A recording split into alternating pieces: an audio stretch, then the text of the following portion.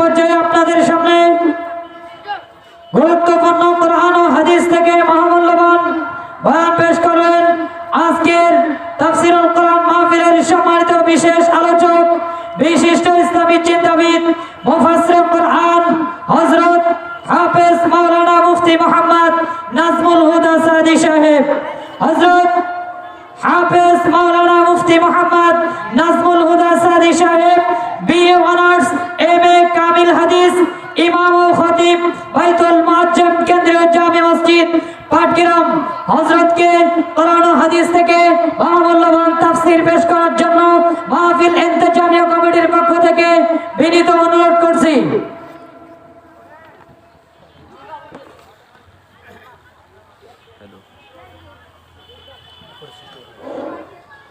السلام عليكم ورحمة الله وبركاته. الحمد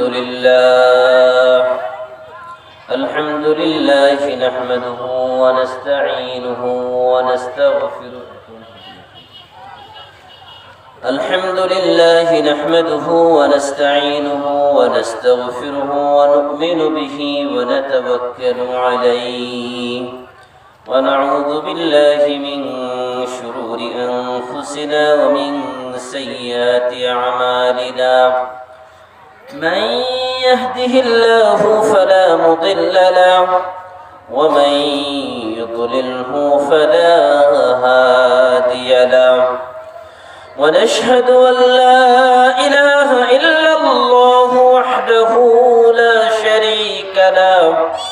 ونشهد أن سيدنا وسندنا وحبيبنا وطبيبنا ومولانا محمدا عبد الله ورسوله أرسله بالحق بشيرا ونذيرا وداعيا إلى الله بإذنه وسراجا وقمرا منيرا. أما بعد فقد قال الله تبارك وتعالى في كلامه المجيد وفي فرقانه الحميد. সকলেই জবান খুলে আমার সাথে সাথে পড়েন আউযু বিল্লাহি মিনাশ শাইতানির রাজীম. বিসমিল্লাহির রহমানির রহিম. ওয়া মিনান নাসি মান ইয়াকুলু আমান্না বিল্লাহি ওয়া বিল ইয়াউমিল আখির وباليوم الآخر وما هم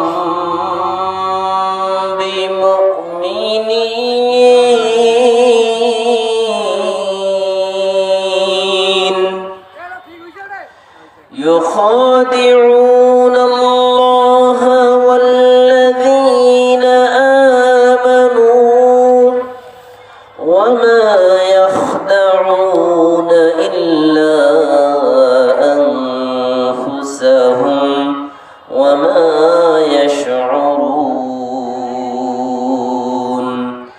صدق الله العظيم وصدق رسوله النبي الكريم ونحن على ذلك من الشاهدين والشاكرين والحمد لله رب العالمين. وقال رسول الله صلى الله عليه وسلم وقال رسول الله صلى الله عليه وسلم آية المنافق ثلاث إذا حدث كذب وإذا وعد أخلف وإذا اؤتمن خان وإذا خاصم فجر. وفي رواية أو كما قال عليه الصلاة والسلام.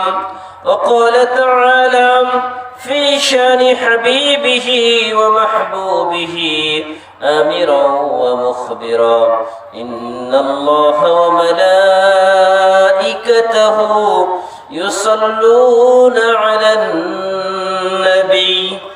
يا أيها الذين آمنوا صلوا عليه وسلموا تسليما شكرا مشهد زبان كل درود পড়েন اللهم صل على محمد وعلى آل محمد كما صليت على إبراهيم وعلى آل إبراهيم إنك حميد مجيد اللهم بارك على محمد وعلى آل محمد كما باركت على إبراهيم وعلى آل إبراهيم إنك حميد مجيد বেঙ্কান্দা আদর্শপাড়া মার্কাজুল করিম কামরুল উলুম নুরানি ক্যাডেট ও কওমি মাদ্রাসা উন্নয়ন কল্পে আয়োজিত এলাকাবাসী ও যুব সমাজের যৌথ উদ্যোগে আয়োজিত আজকে ঐতিহাসিক তাফসীরুল কোরআন মাহফিল। ঐতিহাসিক তাফসীরুল কোরআন মাহফিলের প্রধান মুফাসসির এবং প্রধান মেহমান এবং আজকের অত্র মাহফিলের সম্মানিত শ্রদ্ধেয়ভাজন সভাপতি হাফেজ কারি মাওলানা কামরুজ্জামান জাহিরি সাহেব এবং অত্র মাহফিলের প্রধান অতিথি আলহাজ শফিকুর রহমান মাদ্দাজিল্লাহুল আলিম এবং আমার সামনে উপস্থিত দিনদার ইমানদার ভাইরাম, যুবক বন্ধুগণ এবং ছোট ছোট কচি কাঁচা মাসুম বাচ্চারা এবং পর্দার অন্তরালে অবস্থানরত সর্বগুণে গুণান্বিতা শ্রদ্ধেয়ভাজন মা ও বোনেরা, সকলের প্রতি সালাম নিবেদন করছি। আসসালামু আলাইকুম ওয়া রাহমাতুল্লাহ। আপনারা কি আমার প্রতি রাগ করছেন নাকি? রাগে আছেন? তো কেউ তো সালামের উত্তর দিতেছেন না। আসসালামু আলাইকুম ওয়া রাহমাতুল্লাহ। সালাম দেওয়া কি ওয়াজিব? দেওয়া তো সুন্নত, কিন্তু উত্তর দেওয়া ওয়াজিব। বলেন উত্তর দেওয়া কি? তো আমি সালাম না দিলে গুনাহ হবে না, কিন্তু আপনার উত্তর না দিলে গুনাহ হবে না, সওয়াব হবে। এই জন্য সবাই আবার সালামের উত্তর দিবেন। আসসালামু আলাইকুম ওয়া রাহমাতুল্লাহ। সম্মানিত প্রিয় উপস্থিতি, সর্বপ্রথম সেই মহান রব্বুল আলামিনের দরবারে শুকরিয়া জ্ঞাপন করি যে মহান রব্বুল আলামিন আমাদেরকে দুনিয়াবী সকল প্রকার ফিতনা ফাসাদ থেকে মুক্ত করে, দুনিয়াবী সকল ঝামেলা থেকে ফারেক করে সুস্থ শরীরে আজকের ঐতিহাসিক তাফসীরুল কোরআন মাহফিলে আসার এবং বসার সুযোগ করে দিয়েছেন। এই জন্য আপনারা খুশি না বেজার? জোরে বলতে হবে, খুশি না বেজার? লোক কম এটা মনে করা যাবে না। একজন মুসলমান 20 জন কাফেরের সমান। একজন মুসলমান, এটা কি আমার কথা না, আল্লাহ বলছেন ইয়াকুম মিনকুম 20 সাবিরুন ইয়াগলিবু মিয়াতাইন। যদি তোমরা 220 জন হও, আল্লাহ 200 কাফেরের বিরুদ্ধেও মুসলমানদেরকে বিজয় দান করবে। বলেন সুবহানাল্লাহ। এই জন্য মুসলমান তো সিংহের জাতি, যাদেরকে আল্লাহ তাআলা কবুল করেছেন তারা এই জান্নাতের মাহফিলে আসতে পেরেছেন। যাদেরকে আল্লাহ কবুল করে নাই তারা আসতেও পারে নাই। কারণ অনেক ভাইয়েরা এখন রাস্তায় এদিক সেদিক বাড়িতে বসে আছে, রাস্তায় কেউ ঘোরাঘুরি করছে, কেউ দোকানে দাঁড়িয়ে দাঁড়িয়ে আড্ডা দিচ্ছে, ভাবছেন যে যাই, মাইকের আওয়াজ তো শোনাই যাচ্ছে। কিন্তু আল্লাহ রাসূল সাল্লাল্লাহু আলাইহি ওয়াসাল্লাম বলেন তাদারুসুল ইলমি সাআতাম, দ্বীনি কিছু আলোচনা শোনাম, অল্প কিছু সময় দ্বীনি আলোচনা শোনা, এটা কত বড় মূল্যবান বিষয়। আল্লাহর হাবিব সাল্লাল্লাহু আলাইহি ওয়াসাল্লাম বলেন খায়রুম মিন 60 সানা ফিকহু মাজলিসিন খায়রুম মিন 60 সানা। যদি কোন ব্যক্তি অল্প সময়, আল্লাহর হাবিব সাল্লাল্লাহু আলাইহি ওয়াসাল্লাম বলেন যদি অল্প সময় কোরআন হাদিসের আলোচনা শুনেন, আল্লাহ পাক রব্বুল আলামিন ওই ব্যক্তির আমলনামায় 60 বছর নফল নামাজের সওয়াব দান করে দিবেন। সুবহানাল্লাহ। কত বছর? বলেন কত বছর? শুধু কি তাই না, আল্লাহর হাবিব সাল্লাল্লাহু আলাইহি ওয়াসাল্লাম আরেক হাদিসের মধ্যে বলেন পৃথিবীর যেই জায়গাগুলোর মধ্যে কোরআন হাদিসের আলোচনা হয় ওই জায়গাগুলো কোনো সাধারণ জায়গা না বাবা। ওই জায়গাগুলো কত মূল্যবান। আল্লাহর হাবিব হাদিসের মধ্যে ইরশাদ করেন, ওই জায়গাগুলোকে আগাশিয়াতুমুর রাহমা ওয়া নাযালাত আলাইহিমুস সাকিনাহ। আল্লাহর হাবিব সাল্লাল্লাহু আলাইহি ওয়াসাল্লাম বলেন, আল্লাহর পক্ষ থেকে ওই জায়গার উপর আল্লাহর রহমত নাযিল হতে থাকে। ওয়া হাফাতুমুল মালায়েকা, আর ওই প্যান্ডেলের জায়গাগুলোকে আল্লাহর ফেরেশতারা চতুর্দিক থেকে বেষ্টন করে ফেলে। আল্লাহ পাক রব্বুল আলামিন ফেরেশতাদের বেষ্টনী দ্বারা ওই পুরো জায়গাটাকে আল্লাহ নিরাপত্তার চাদরে আবৃত করে দেন। আল্লাহর হাবিব সাল্লাল্লাহু আলাইহি ওয়াসাল্লাম বলেন, আর ওই জায়গার মধ্যে আল্লাহর রহমত অনবরত নাযিল হতে থাকে, শান্তি রহমত নাযিল হতে থাকে। এই জন্য আল্লাহর হাবিব সাল্লাল্লাহু আলাইহি ওয়াসাল্লাম বলেন, ওয়া যাকারাহুমুল্লাহু ফী মান ইনদা। আল্লাহ পাক রব্বুল আলামিন ওই ফেরেশতাদেরকে জিজ্ঞাসা করবেন, ও আমার ফেরেশতারা, ওই ব্যাংকান্দার ওই জায়গায় যে মাহফিল হচ্ছে, ওই মাহফিলের মধ্যে যে বান্দাগুলো বসে আছে কোন করে শীতকে অপেক্ষা করে, তারা কি চায়? ফেরেশতারা বলে, আল্লাহ আপনি তো সবকিছুই জানেন, তারপরেও কেন জিজ্ঞাসা করেন? আল্লাহ পাক রব্বুল আলামিন বলেন, আমার ফেরেশতারা আমি তোমাদের মুখ থেকে জানতে চাই, শুনতে চাই। আল্লাহ পাক রব্বুল আলামিন তখন ফেরেশতারা বলে, ওয়া যাকারাহুমুল্লাহু ফী মান ইনদা। ও আমার ফেরেশতারা, তোমরা সাক্ষী থাকো যে এই মানুষগুলো দুনিয়াবি সকল কাজ থেকে ফারেক হয়ে ওই জান্নাতের বাগানে বসেছিল। আমি আল্লাহ তাআলা তাদের জীবনে যত গুনাহ ছিল, দুনিয়ার জীবনের সকল গুনাহগুলো আমি আল্লাহ মাফ করে দিলাম। ভাইরা আমার, এই জায়গাগুলো হচ্ছে গুনাহ মাফের জায়গা। এই জায়গাতে যারা বসবে তারা ভাগ্যবান। এই জায়গাগুলোর মধ্যে যারা বসবে তারা হচ্ছে ভাগ্যবান। আর দেখবেন, আপনি যখন মাছ ধরতে যাবেন, মাছের জন্য আপনি জাল পেতেছেন, সব মাছ কি জালে উঠে? সব মাছ কি মানুষের খাবার হতে পারে? কিছু মাছ কিন্তু দেখবেন জালের চতুর্দিকে ঘুরে কিন্তু আসে না, আসে না? তো যেই মাছগুলো মানুষের খাবার হতে পারে তারা সৌভাগ্যবান। কারণ দুনিয়ার মধ্যে সর্বশ্রেষ্ঠ আল্লাহ তাআলা মানুষকে বানিয়েছেন। আল্লাহর হাবিব সাল্লাল্লাহু আলাইহি সাল্লাম বলেন, আল্লাহ নিজে পবিত্র কোরআনুল কারীমের সূরা বাকারার মধ্যে ইরশাদ করেন, লিল্লাহি মা ফিস সামাওয়াতি ওয়া মা ফিল আরদ। আসমান জমিনের মধ্যে যত মাখলুক রয়েছে, এই সকল মাখলুকগুলোকে আল্লাহ পাক রব্বুল আলামিন মানুষের খিদমতের জন্য বানিয়েছেন। আর মানুষকে আল্লাহ পাক রব্বুল আলামিন আল্লাহ তাআলার গোলামি করার জন্য বানিয়েছেন। বলি সুবহানাল্লাহ। যদি দুনিয়ার মানুষ আল্লাহর গোলামি করতে পারে, তাহলে দুনিয়ার সকল মাখলুক মানুষের গোলামি করবে। এখন দেখবেন কিছু মাছ কিন্তু জালের মধ্যে উঠে আর কিছু উঠে না। এখন যারা জালের মধ্যে উঠে তারা কি ধরা খেয়ে গেছে, বাকি মাছগুলো মনে করে যে না এরা তো শেষ, আর ওরা নিজেদেরকে খুব চালাক মনে করে। কিন্তু এরা তো আসলে আল্লাহর রহমত থেকে বেশি বঞ্চিত হয়ে গেল।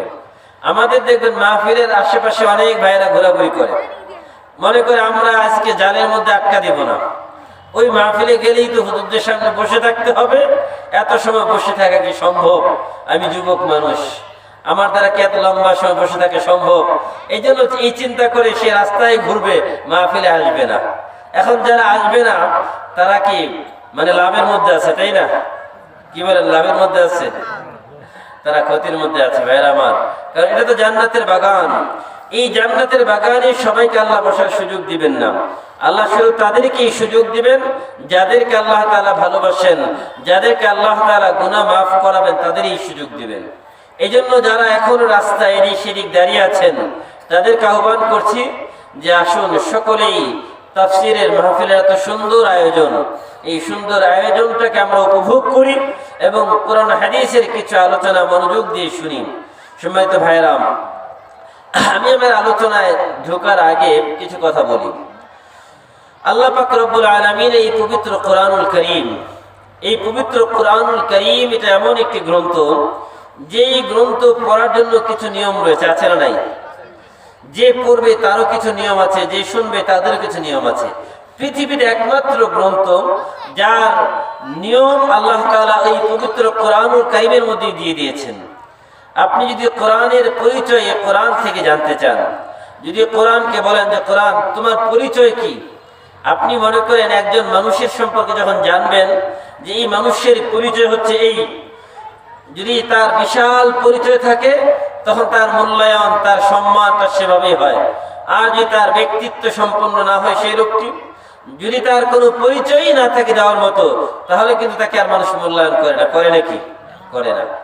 সুতরাং আপনি যখন কোরআনুল কারীমের পরিচয় জানবেন তখন আপনি কোরআনুল কারীমকে মূল্যায়ন করবেন। আর যদি কোরআনুল কারীমের পরিচয় না জানেন তাহলে কোরআনুল কারীমকে মূল্যায়ন করবেন না। কোরআনুল কারীম দিনের পর দিন শুনেছেন, কিন্তু নিজের ভিতরে কোরআনের প্রতি আজমত, ভালোবাসা তৈরি হয় নাই। এই জন্য শুরুতে আমি আপনাদের সামনে পবিত্র কোরআনুল কারীমের পরিচয়টা তুলে ধরতে চাই সংক্ষেপে। সেটা আমার ভাষায় না, আল্লাহ পাক রব্বুল আলামিনের পবিত্র কোরআনুল কারীমের ভাষায়। যদি আপনি কোরআনকে জিজ্ঞাসা করেন, কোরআন তোমার নাম কি, তো প্রথমে তোমার নিজের নামটা নাম বলো।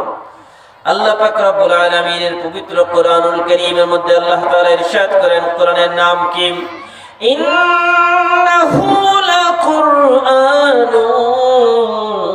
কারীম। আল্লাহ পাক রব্বুল আলামিন বলেন নিশ্চয় উহা কোরআনুল কারীম, সম্মানিত কোরআন।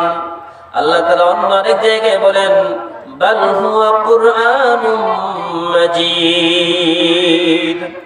আল্লাহ তাআলা বলেন না, বরং এই পবিত্র কোরআনের নাম হচ্ছে কোরআনুম মাজিদ। এক জায়গায় আমরা পেয়ে গেলাম কোরআনুল কারীম, আরেক জায়গায় পেলাম কোরআনুল মাজিদ। তো প্রথম হচ্ছে কোরআনের নাম জেনে গেলাম কোরআন থেকে। এখন আপনি নাম জানার পরে প্রথমে জিজ্ঞাসা করতে পারেন যে ভাই তোমার তো নাম জেনে গেলাম, এখন তোমার বাড়ি কোথায়? কোরআনের বাড়ি কোথায় জানার দরকার আছে না? কি বলেন? আল্লাহ পাক রব্বুল আলামিন বলেন ফি লাওহিম মাহফুজ।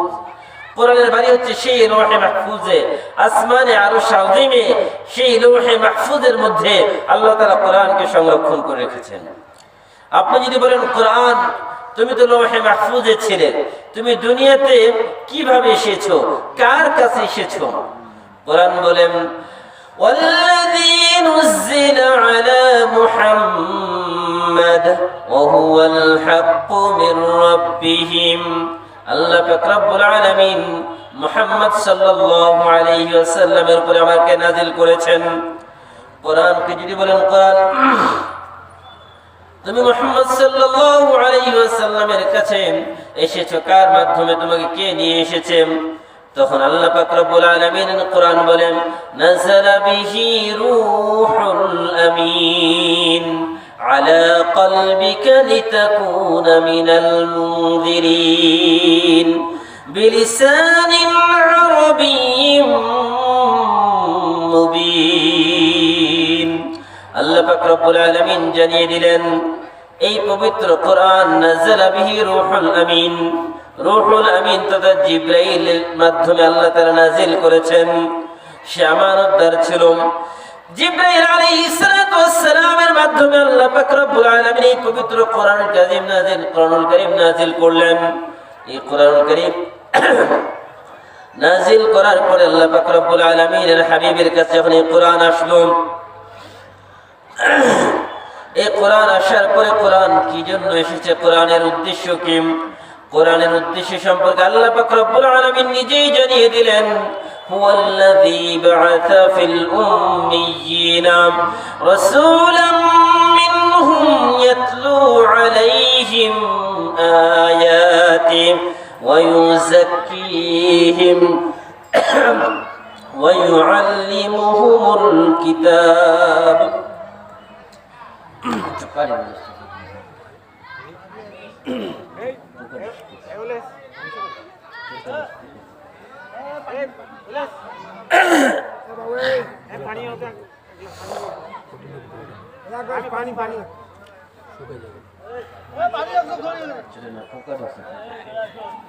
পানি হলে হবে।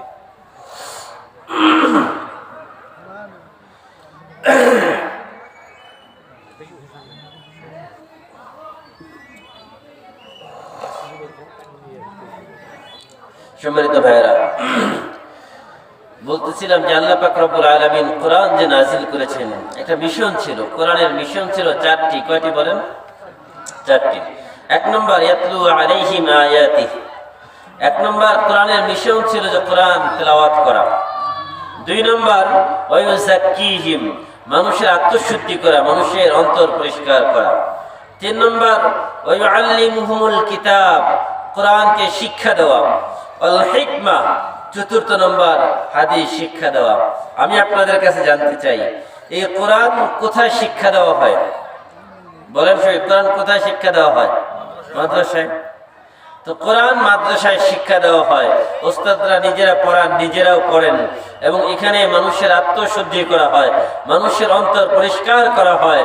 এই যে মাদ্রাসার মধ্যে যে কাজগুলো করা হয়, এই কাজগুলোর কথাই আল্লাহ পাক রব্বুল আলামিন পবিত্র কোরআনুল কারীমের মধ্যে বলেছেন। সুতরাং আমরা যদি একটু চিন্তা করি, তাহলে এই আয়াতের মাধ্যমে আমরা জানতে পারি যে এই মাদ্রাসাগুলোর কথা কোরআনে আছে না নাই? কি বলেন? নাই?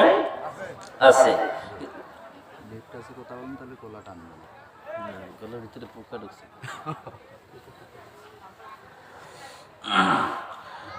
ভাইরা আমার, বলছিলাম যে এই যে আয়াতের মধ্যে যে আমরা লক্ষ্য করি, এই আয়াতের আলোকে মাদ্রাসার কথা আল্লাহ তাআলা এই কোরআনুল কারীমের এই আয়াতের মধ্যে বলেছেন। আল্লাহ তাআলা এই আয়াতের বাস্তব দৃষ্টান্ত হচ্ছে এই মাদ্রাসাগুলো। এই মাদ্রাসাগুলোর মধ্যে এই আয়াতে এই বাস্তবায়ন হয়। এখন আমাদের কাজ কি? আল্লাহর পক্ষ থেকে জিবরাইল কোরআন নিয়ে এসেছেন, কোরআন আমরা পেয়ে গেলাম, আমাদের কাজটা কি? আল্লাহ পাক রব্বুল আলামিন বলেন, মা আতাকুমুর রাসূলু ফাখুযুহু ওয়া মা নাহাকুম আনহু ফান্তাহু ওয়াত্তাকুল্লাহ ইন্নাল্লাহা শাদীদুল ইকাব। আল্লাহ পাক রব্বুল আলামিন বলেন, রাসূল তোমাদের কাছে যা নিয়ে এসেছেন তা তোমরা গ্রহণ করো, আর তোমাদেরকে যেই কাজ থেকে নিষেধ করেছেন সেই কাজ থেকে তোমরা বিরত থাকো। তার মানে রাসূল সাল্লাল্লাহু আলাইহি ওয়াসাল্লাম কোরআন নিয়ে এসেছেন, এই কোরআন আমাদেরকে মানতে হবে। আর রাসূল অন্যায় করতে নিষেধ করেছেন, আমরা অন্যায় থেকে বিরত থাকবো। এটাই হচ্ছে আমাদের দায়িত্ব এই কোরআন থেকে।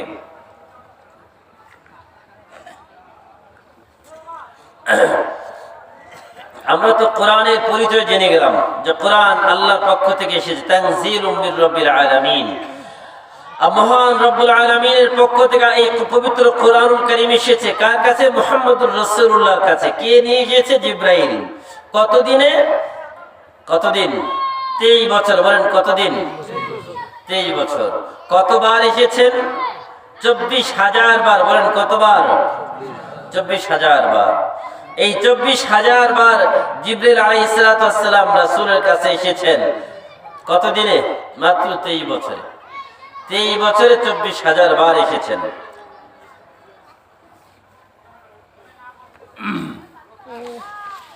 এই পবিত্র কোরআনুল কারীমের পরিচয় তো আমরা জেনে গেলাম।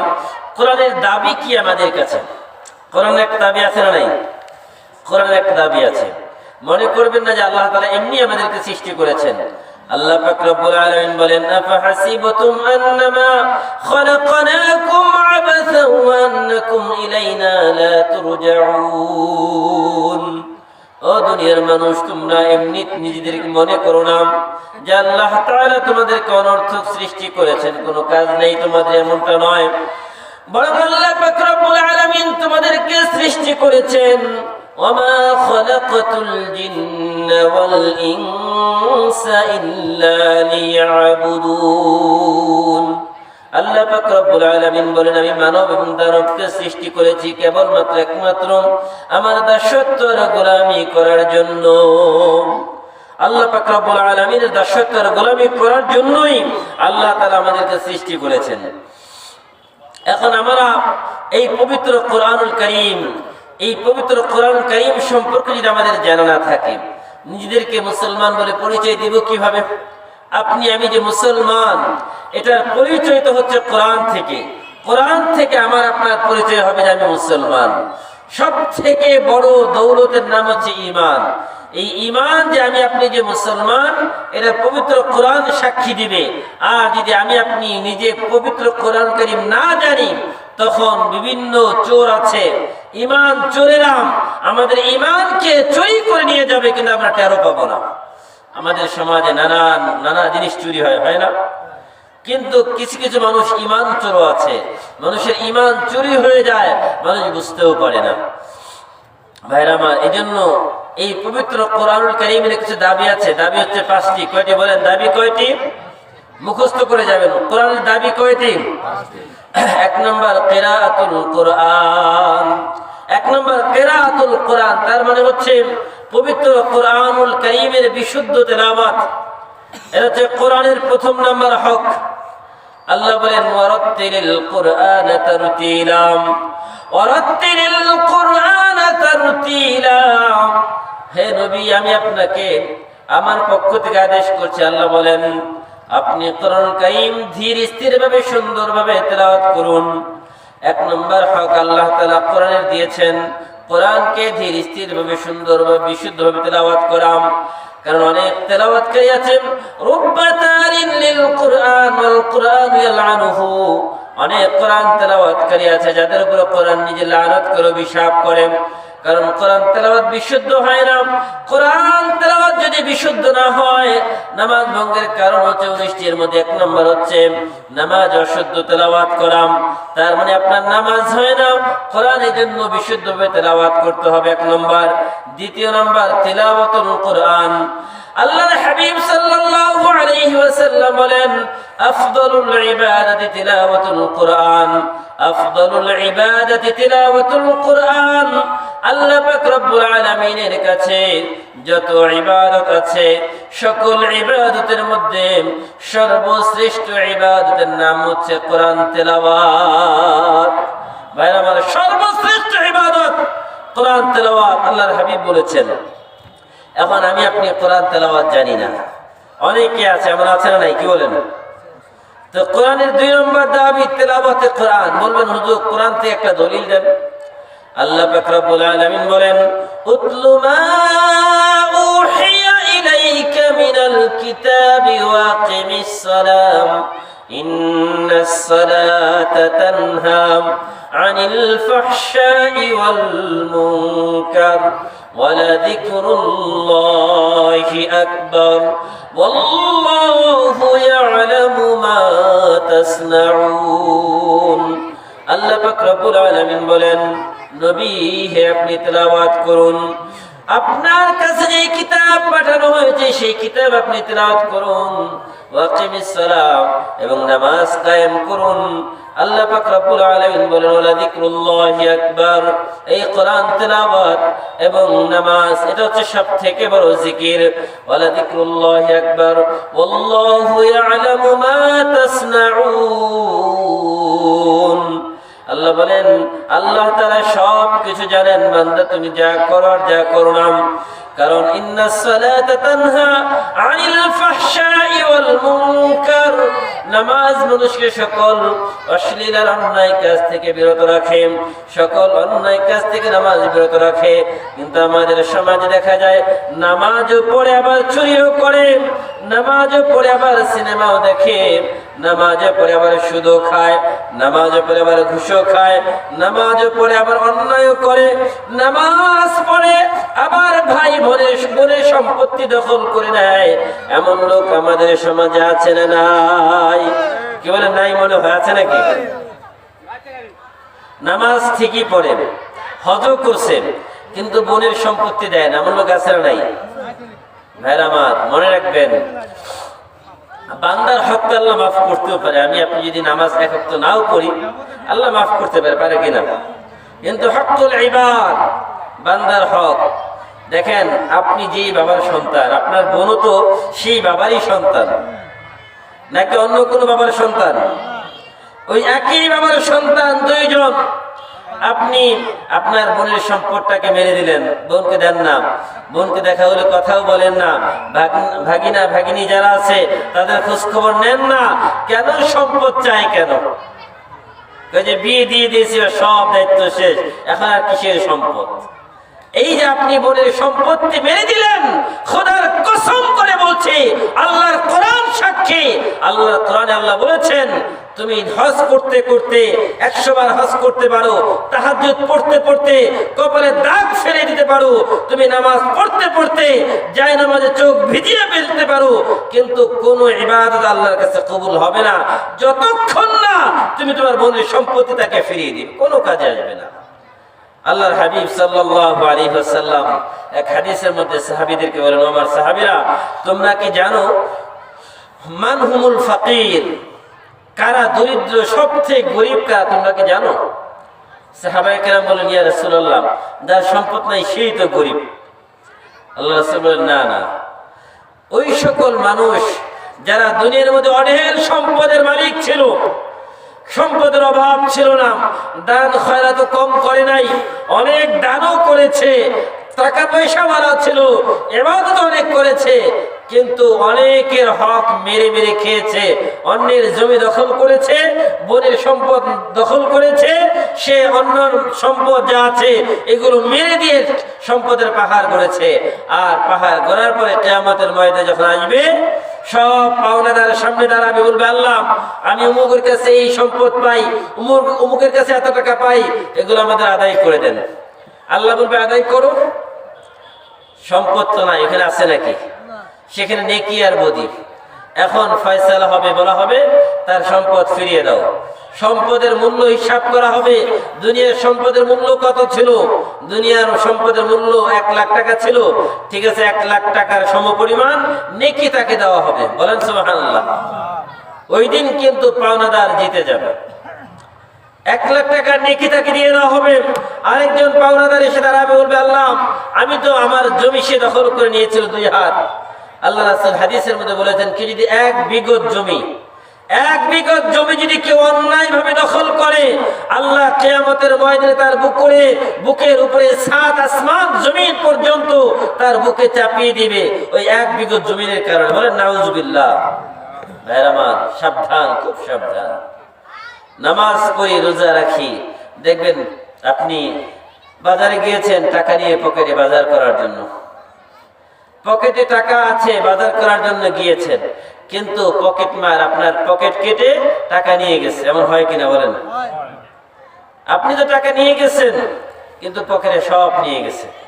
আপনি তো নেকি কামাচ্ছেন কিন্তু আপনার পকেট কাটা। নেকিটা আপনার অভাব নাই কিন্তু পকেট দিয়ে কাটা। ওই নেকি রাস্তার মধ্যেই পড়ে থাকে, বাড়ি পর্যন্ত আর যায় না। ওই নেকি আপনাকে জান্নাত পর্যন্ত কিভাবে নিয়ে যাবে চিন্তা করেন। সম্ভব? সম্ভব না। এই জন্য শুধু নামাজ পড়ার নাম ভাই ইমান না, রোজা রাখার নাম শুধু ইসলাম না, যাকাত দেওয়ার নাম শুধু ইসলাম না, হজ করার নাম শুধু ইসলাম না। ইসলামটা একটা পরিপূর্ণ জীবন ব্যবস্থা, যার মধ্যে রয়েছে মানুষের জন্ম থেকে নিয়ে মৃত্যু পর্যন্ত যত বিষয় আছে সব কিছুর সমাধান আল্লাহ পবিত্র কোরআন কারীমের মধ্যে দিয়েছেন।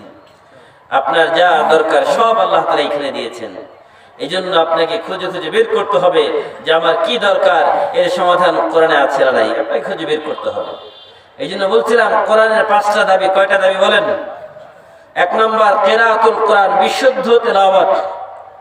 2 নম্বর তেলাওয়াতুল কোরআন, কোরআন তেলাওয়াত করা। 3 নম্বর আমালুল ফাহমুল কোরআন, বলেন 3 নম্বর ফাহমুল কোরআন, কোরআন বুঝা, কোরআন বুঝা। আর এই শুধু বুঝলেই হবে না, কোরআন নিয়ে গবেষণা করতে হবে, কোরআন বুঝতে হবে।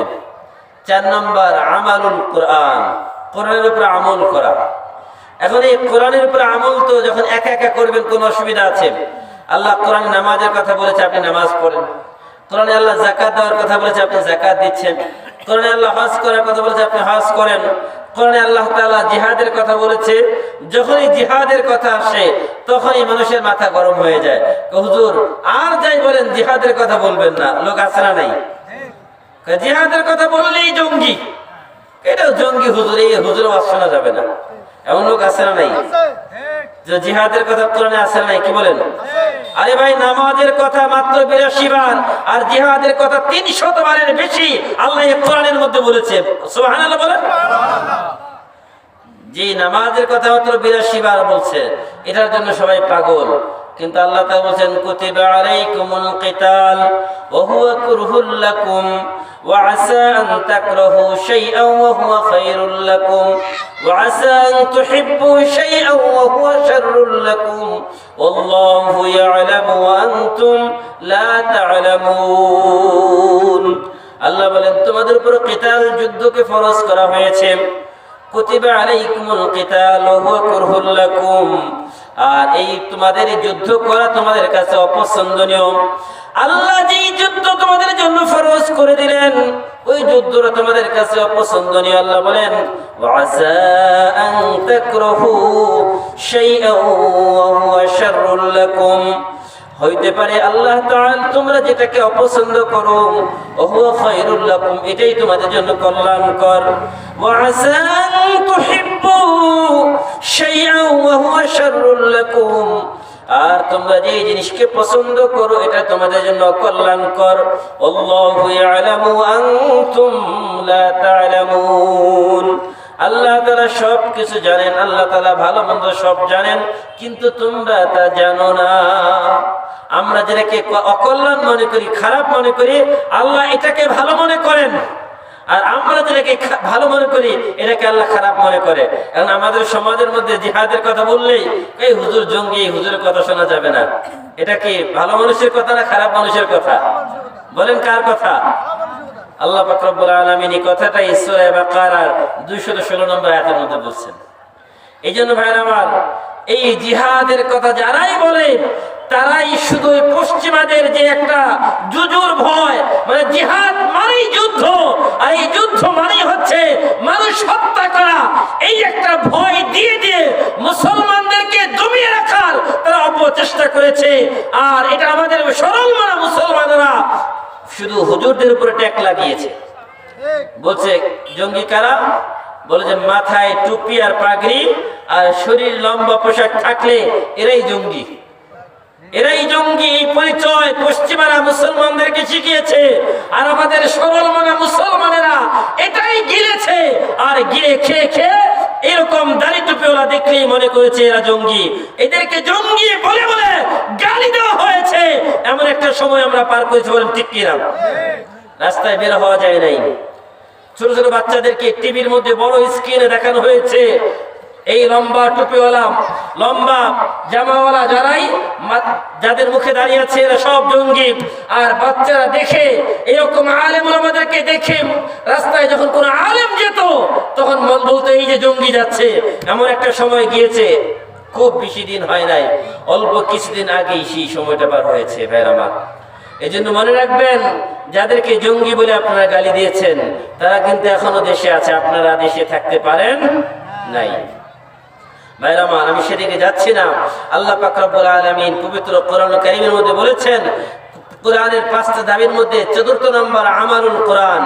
আপনি কোরআনের উপরে আমল করবেন। এই আমল করতে গিয়ে নামাজ পড়লে অসুবিধা নাই, রোজা রাখলে অসুবিধা নাই, আপনি হজ করবেন অসুবিধা নাই, আপনি জিহাদের কথা বলবেন অসুবিধা, আপনি রাজনীতির কথা বলবেন অসুবিধা। আমার একটা জিনিস বুঝে আসেন, আপনি আমাকে বুঝাবেন যদি ভুল বলি। আচ্ছা, রাজনীতি ভালো জিনিস না খারাপ জিনিস? আপনারা কি বলেন, ভালো না খারাপ? ভালো জিনিস। তো ভালো জিনিসের কথা ভালোরা বলবে না খারাপরা বলবে? বলেন কি কারা বলবে? ভালো লোকেরা বলবে। যদি রাজনীতি খারাপ হয়, যখন ইমাম সাহেব মসজিদের মেম্বারে বসে রাজনীতির কথা বলে, কোরআনের রাজনীতির কথা বলে, তখন বলে হুজুর রাজনীতি থামান, রাজনীতির কথা মসজিদে বলবেন না। আমার কথা হচ্ছে, যদি রাজনীতি খারাপ হয় মসজিদে বলা না যায়, তাহলে যারা রাজনীতি করে তারা কি খারাপ মানুষ? কি বলেন? আর যদি খারাপ মানুষ তারা হয়, তাহলে তাদের কথা আমি মানবো কেন? কি বলেন? কথা যুক্তি আছে না নাই? যদি রাজনীতি খারাপ না হয় তাহলে আমি ইমাম, আমি বলতে অসুবিধা কোথায়? আপনার ইমাম তো ভালো কথাই আপনাকে বলবে। আপনার ইমামের দায়িত্ব ছিল ওই মসজিদের মেম্বার থেকে বসে কোরআনের হক কথাগুলো বলা। লিউযহিরহু আলাদ-দীনি কুল্লি, আল্লাহর জমিনে আল্লাহর দ্বীনকে বিজয়ী করার কথাই তো ইমামরা বলবে। আর যারা ইমামদেরকে এইভাবে স্তব্ধ করার পায়তারা করবে, তারা কখনো মুসলমান হতে পারে না। তারা কখনো মুসলমান হতে পারে না যদি তারা ভালো মানুষ না হয়। যদি রাজনীতি খারাপ জিনিস হয়, তাহলে আপনি যদি রাজনীতি করেন, মসজিদে যদি ওই রাজনীতি করা না যায়, ওই রাজনীতি আমার দরকার নাই। যেই রাজনীতি মসজিদে করা যায় না, যেই রাজনীতি মসজিদে করা যাবে না, সেটা কোনো রাজনীতি হতে পারে না। এরা বাটপারি, এরা বাটপারি, এরা বাটপারি ছাড়া আর কিছুই। বলেন ঠিক কিনা? কারণ যে রাজনীতির কথা কোরআনে আছে ওই রাজনীতির কথা আমরা মসজিদ থেকে বললে অনেকের গায়ের চুলকানি শুরু হয়, এমন লোক আছে না নাই? ভাইরা আমার, কোরআনুল কারীমের চতুর্থ দাবি আমালুল কোরআন, কোরআনের উপর আমল করা। পঞ্চম নাম্বার ইকামাতুল কোরআন, কোরআন কায়েম করা। এবার একটু ভালো করে বুঝেন পঞ্চম নম্বরটা। আপনি নামাজ পড়েন, রোজা রাখেন, তেলাওয়াত করেন, কোনো অসুবিধা নাই, কিন্তু যখনই বলবেন এই যে মনে করি এই যে আল্লাহর কোরআন, এই যে আল্লাহর কোরআনে সাদা কাগজের মধ্যে কালো কালো লেখা, এই কোরআন যদি আপনি নিজে পড়েন, কোরআন যদি বুঝেন, কোরআনের উপরে আমল করেন, কোনো অসুবিধা আছে? আপনি যখনই বলবেন যে না এই যে কালো কলমের যে লেখাগুলো আছে, কালো কালির যে লেখাগুলো আছে, এগুলো জমিনে বাস্তবায়ন করতে হবে। কোথায় বাস্তবায়ন করবেন? জমিনে। এখন যখনই বলবেন জমিনে বাস্তবায়ন করতে হবে, তখনই কিছু মানুষ এতক্ষণ তো হুজুর ভালোই বলতেছিল, এখন আবার কোন দিকে যাচ্ছে, একটু নড়াচড়া দিয়ে উঠবে। যখন দেখবে যে না হুজুর তো আসে অন্য দিকে যাচ্ছে, দাঁড়াকে হুজুর থামেন, কি হয়েছে ভাই? কয় যে না এগুলো বলা যাবে না। কেন? এগুলো যেগুলো বলছিল রাজনীতি। কিসের রাজনীতি? কয় যে আপনি কোরআন কায়েমের কথা বলতেছেন, এগুলো তো রাজনীতির কথা, রাজনীতির কথা এগুলো বলা যাবে না। আপনারা মনে রাখবেন ওই দিন অনেক দূর চলে গেছে। বিগত দিন আমাদেরকে বিভিন্ন মাহফিলে এইভাবে কোণঠাসা করার চেষ্টা করা হয়েছে। আগামী দিনে যদি কেউ এইরকম মাহফিলে দুঃসাহস দেখায়, তাদের জন্য জুতার বৃষ্টি হবে, জুতার বৃষ্টি হবে, জুতার বৃষ্টি হবে, ঠিক কিনা? আর এই সুযোগ তাদেরকে দেওয়া হবে না। নাস্তিক আর মুরতাদের প্রেতাত্মারা, আবু জাহেল আর নমরুদের প্রেতাত্মারা অনেক সুযোগ নিয়েছো তোমরা। বাংলার জমিনে শাহজালাল ইমানের এই বাংলাদেশে ৩৬০ জন আউলিয়ার বাংলাদেশে কোরআনের কথা যদি আমরা বলতে না পারি, তোমাদেরকেও কথা বলতে দেওয়া হবে না, বলেন ঠিক কিনা? যে জমিন আল্লাহর কোরআনের কথা বলা যাবে না, ওই জমিনে তুমি কথা বলো কোন সাহসে? যে জমিনে আল্লাহর কোরআনের রাজনীতি করা যাবে না, ওই জমিনে তোমার রাজনীতি করে কোন সাহসে? ভাই জমিনের মালিক কে বলেন তো? জমিনের মালিক আল্লাহ। আসমানের মালিক কে? আপনি বলেন এই জমিন আসমানে কার রাজত্ব চলে? আল্লাহ তাআলা দেখেন সমুদ্রকে যেইভাবে চালাচ্ছেন চলছেন, পাখিদের যে নিয়ম করে যে পাখিরা সেই নিয়মে চলছেন, আর তারপরে গাছপালার যে নিয়ম সেই গাছপালা তার গাছপালার নিয়মে চলছে। ইউসাব্বিহু লিল্লাহি মা ফিস সামাওয়াতি ওয়াল আরদ ওয়া তুসাব্বিহু লাহু আশ-শাম। আল্লাহ পাক রব্বুল আলামিন বলেন আসমান আর জমিনে যা আছে সবাই আল্লাহর ইবাদত করে, তাসবিহ পড়ে, সবাই আল্লাহর রাজনীতি মেনে নিয়েছে, সবাই আল্লাহর হুকুম মেনেছে, একমাত্র মানে নাই মুসলমান। কারা মানে নাই? বলেন মানুষ রূপী যারা, তারা মানে নাই। কেন? আসমানের মধ্যে আল্লাহ তাআলা আসমান থেকে হুকুম জারি করেছে, এই গাছ আমা তাসকুতু মিন ওয়ারাকাতিন ইল্লা ইয়ালামুহা, আমার হুকুম ছাড়া একটা পাতা গাছ থেকে নিচে ঝরবে না, পড়বে না। গাছের পাতা পড়ে না যতক্ষণ আল্লাহর হুকুম না হয়। আল্লাহর হুকুম যে ভোর হয় না, এখনো সূর্য ওঠা যাবে না, সূর্য ওঠে না, সূর্য আল্লাহর হুকুম মানে, চন্দ্র আল্লাহর হুকুম মানে, আসমানের সকল তারকারাজি এরাও আল্লাহর হুকুম মানে। আপনি সূরা মুলক পড়েন, আল্লাহ বিস্তারিত বর্ণনা দিয়েছেন। আসমান জমিনে যা আছে সবাই আল্লাহর হুকুম মানে, ফেরেশতারা আল্লাহর হুকুম মানে, গাছ গাছালা এরা আল্লাহর হুকুম মানে, পশু পাখিরাও এরাও আল্লাহর হুকুম মানে। শুধু হুকুম মানে না মানুষ, শুধু হুকুম মানে না কারা? মানুষ। এখন এই মানুষগুলোকে হুকুম মানানোর জন্য কিছু বিষয় দরকার। আল্লাহ পাক রব্বুল আলামিন বলেন কোরআনুল কারীমের ৫ম নাম্বার দাবি হচ্ছে ইকামাতুল কোরআন। কোরআনকে শুধু কোরআন রাখলে হবে না।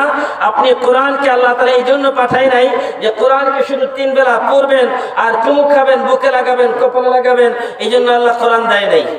কেন? কারণ ফেরেশতারা আল্লাহর কাছে বলেছে আল্লাহ যদি আপনি ইবাদতের জন্যই বানান তাহলে তো আমরাই যথেষ্ট, আমরা তো সারা দিন রাত আপনার ইবাদত করতেছি। আল্লাহ বলে শুধু ইবাদতের জন্য তাদেরকে বানাই নাই। কেন বানিয়েছি? وَإِذْ قَالَ رَبُّكَ لِلْمَلَائِكَةِ إِنِّي جَاعِلٌ فِي الْأَرْضِ خَلِيفَةً وَإِذْ قَالَ رَبُّكَ لِلْمَلَائِكَةِ إِنِّي جَاعِلٌ فِي الْأَرْضِ خَلِيفَةً। আল্লাহ বলেন স্মরণ করো ওই সময়ের কথা যখন তোমার রব বলেছে ইন্নী জাইলুন ফিল আরদি খলিফা, আমি পৃথিবীর মধ্যে আমার প্রতিনিধি বানাবো। কাকে বানাবে বলেন? আল্লাহর প্রতিনিধি, আল্লাহ। এখন মনে করেন আপনাদের এলাকার চেয়ারম্যান সাহেব নাই, চেয়ারম্যানের অনুপস্থিতিতে চেয়ারম্যানের কাজ হয় না, বন্ধ থাকে। আরেকজন মেম্বার তার দায়িত্ব পালন করে। মনে করেন এমপি সাহেব দেশের বাহিরে গিয়েছে, তাহলে ওই এমপি সাহেবের কাজ চলে না, বন্ধ থাকে।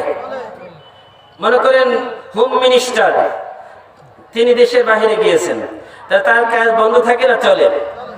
প্রাইম মিনিস্টার, তিনি দেশে নাই, তার কাজ চলে না, বন্ধ থাকে। তার প্রতিনিধি তার কাজ করেন। এখন আল্লাহ তাআলা তো আসমান আর জমিনের মধ্যে সকলের যে দায়িত্ব ছিল সবাইকে দায়িত্ব বন্টন করে দিয়েছেন, সবাই সবার দায়িত্ব পালন করছে। মানুষকে আল্লাহ নিজের প্রতিনিধি বানিয়েছেন। কেন? ইন্নী জাইলুন ফিল আরদি খলিফা, পৃথিবীর মধ্যে আল্লাহ পাক রব্বুল আলামিন তার রাজত্ব কায়েম করার জন্য, পৃথিবীর মধ্যে আল্লাহ তাআলা তার রাজত্ব কায়েম করার জন্য আল্লাহ তাআলা এই মানুষগুলোকে বানিয়েছেন। আল্লাহ তাআলা যখন তার রাজত্ব কায়েম করার জন্য দুনিয়াতে মানুষ পাঠিয়েছেন, ওই সময় মানুষের কাজটা কি? মানুষের কাজ শুধু কি ঘুমিয়ে থাকা?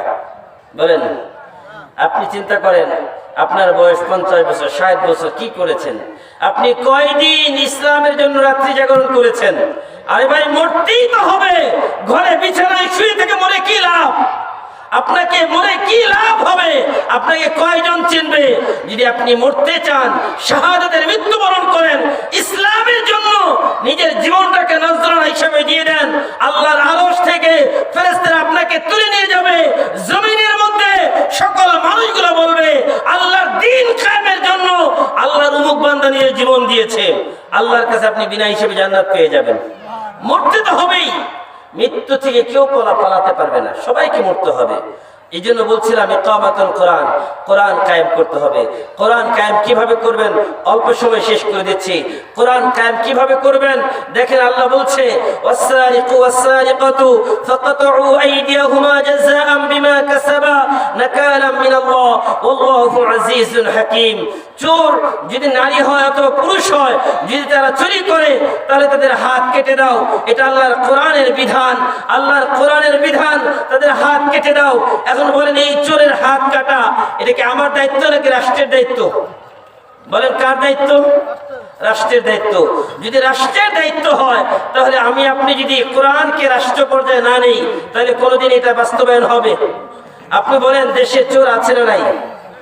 আপনি দেখবেন অনেক সময় বিভিন্ন মসজিদ থেকে জুতা চুরি হয় না? এখন এই যে জুতা যে চুরি হয়, এই জুতা চুরির জুতার দাম কত বলেন তো? 100 টাকা, 500 টাকা, 1000 টাকা। এই 1000 টাকা চুরি করতে গিয়ে জুতা চোর যদি ধরা পড়ে, তো গণধুলাই হয় না? হয় না? গণধুলাই দেন না? 500 আর 1000 টাকার জুতার জন্য যদি গণধুলাই খায় একটা চোর, তাহলে যারা রাষ্ট্রের কোটি কোটি টাকা আত্মসাৎ করেছে, যারা রাষ্ট্রের হাজার হাজার কোটি টাকা দেশ থেকে দেশের বাইরে পাচার করেছে, তাদের গণধুলাই হওয়া দরকার আছে না নাই? কি বলেন, আছে না নাই?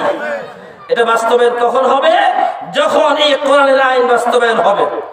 আপনি বলেন, এই যে ছেলে মেয়ের এত অবৈধ মেলামেশা, এত অবৈধ মেলামেশা, এটাকে এত সহজ করে দেওয়া হয়েছে ফ্রি মিক্সিংয়ের মাধ্যমে। এখন বলে এটাকে বন্ধ করবেন কিভাবে? ইফটিজিং বন্ধ করতে চান, আবার ছেলে মেয়ের অবাধ মেলামেশা ওপেন করে দিয়েছেন। এটাকে আপনি বন্ধ করবেন কিভাবে? কোরআনের আইন বাস্তবায়ন যখন হবে। কোরআনের আইন ছাড়া জমিনে একটা অপরাধ বন্ধ করা সম্ভব না। যদি অপরাধ বন্ধ করতে চান, কোরআনী আইন বাস্তবায়নের জন্য আগামী দিনে কাজ করতে হবে। আল্লাহর জমিনে আল্লাহর কোরআন বাস্তবায়ন হোক। এটা কারা কারা চাই? দুহাত তুলে আল্লাহকে দেখাই। আল্লাহ তাআলা সকলকে কবুল করবেন, আমিন। ওয়া আখিরু দাওয়ানা আলহামদুলিল্লাহি রাব্বিল আলামিন। আসসালামু আলাইকুম ওয়া রাহমাতুল্লাহি ওয়া বারাকাতুহু।